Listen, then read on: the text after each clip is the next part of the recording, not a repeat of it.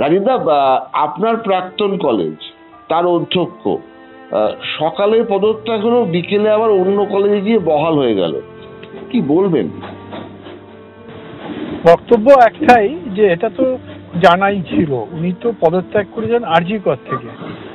উনি তো গভর্নমেন্টের যে হেলথ ডিপার্টমেন্ট থেকে ওনাকে অন্য আর একটা মেডিকেল কলেজে ট্রান্সফার করা হয়েছে। সেটা তো হতেই পারে, সেটা গভর্নমেন্টের, এটা হেলথ ডিপার্টমেন্টের ব্যাপার, তারা করেছেন তারা।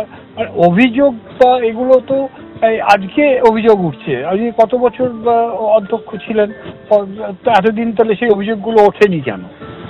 আজকে হঠাৎ এত অভিযোগ, এত কিছু। দেখুন, এগুলো হচ্ছে, আপনারাও বোঝেন, আপনারা খুব ভালোভাবে বোঝেন এইগুলো কেন, কিভাবে হচ্ছে, কেন করা হচ্ছে। এ নিয়ে সত্যি কথা বলতে যে কোনো ডিসকাস করাটাই এটা কিন্তু অনুচিত। অনুচিত এই কারণে যে এটা করা উচিতই নয়। এই যে এটা খুব মর্মান্তিক ব্যাপার যা হয়েছে। তবে এই যে মার্ডারের সাথে ওনার কি সম্পর্ক আছে না আছে হয়ে আরজি করে, বা উনি কাকে সাপোর্ট করেছেন না করেছেন, এগুলো আমি ডিটেলে জানি না।